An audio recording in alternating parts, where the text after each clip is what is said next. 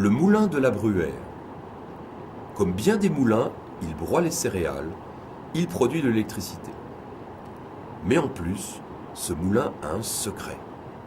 Il fabrique de la glace.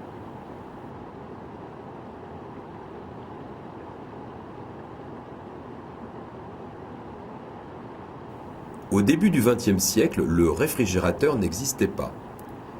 Si dans les classes laborieuses on conservait les aliments par la salaison, les commerçants, les transporteurs et la bourgeoisie, quant à eux, avaient besoin de glace pour alimenter leurs chambres froides et leurs glacières. À partir de 1930, le moulin de la Bruère est devenu une entreprise de production de pain de glace à rafraîchir. Mais au fait, comment peut-on fabriquer de la glace dans un moulin ?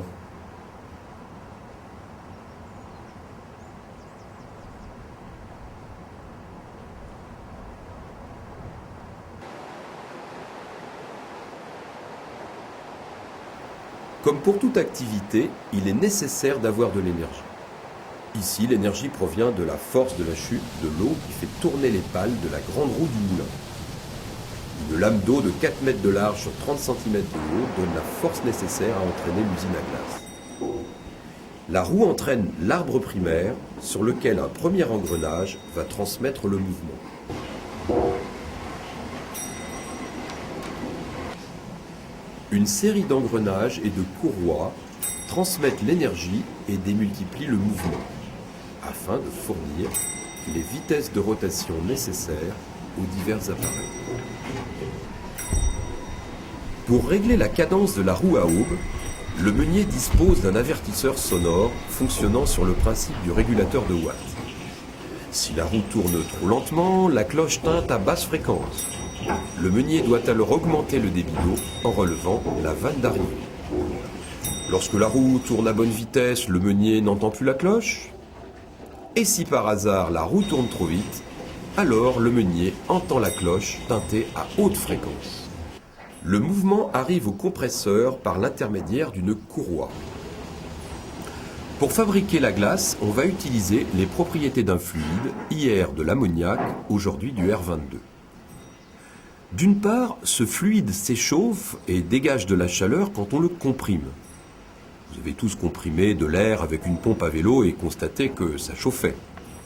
Et d'autre part, il prélève de la chaleur à la fois quand il passe de l'état liquide à l'état gazeux et quand le gaz se détend.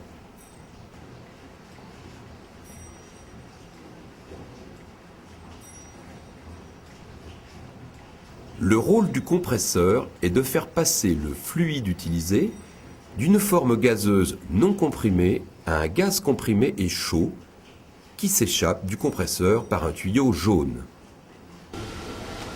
Une pompe à eau prélève de l'eau dans le Loir.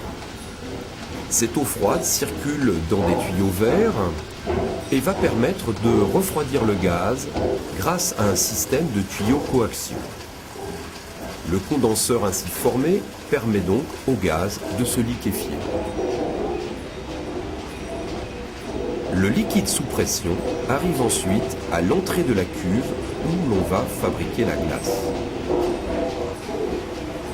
À cet endroit, un détendeur provoque une brutale chute de pression, ce qui oblige le liquide à s'évaporer.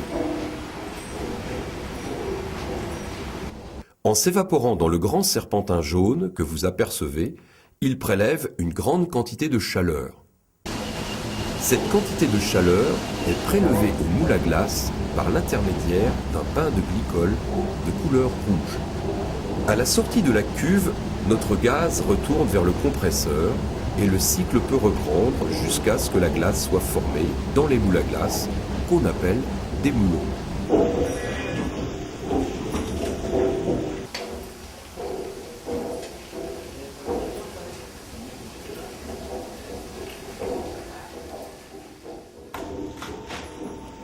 Les moulots sont ensuite déposés sur la table de démoulage et les pains de glace ainsi formés seront stockés en chambre froide avant d'être distribués en entier ou broyés selon l'usage que l'on veut en faire. Maintenant, nous espérons que la fabrication de la glace au moulin de la Bruère n'est plus un secret pour vous. Finalement, la glace, c'est facile.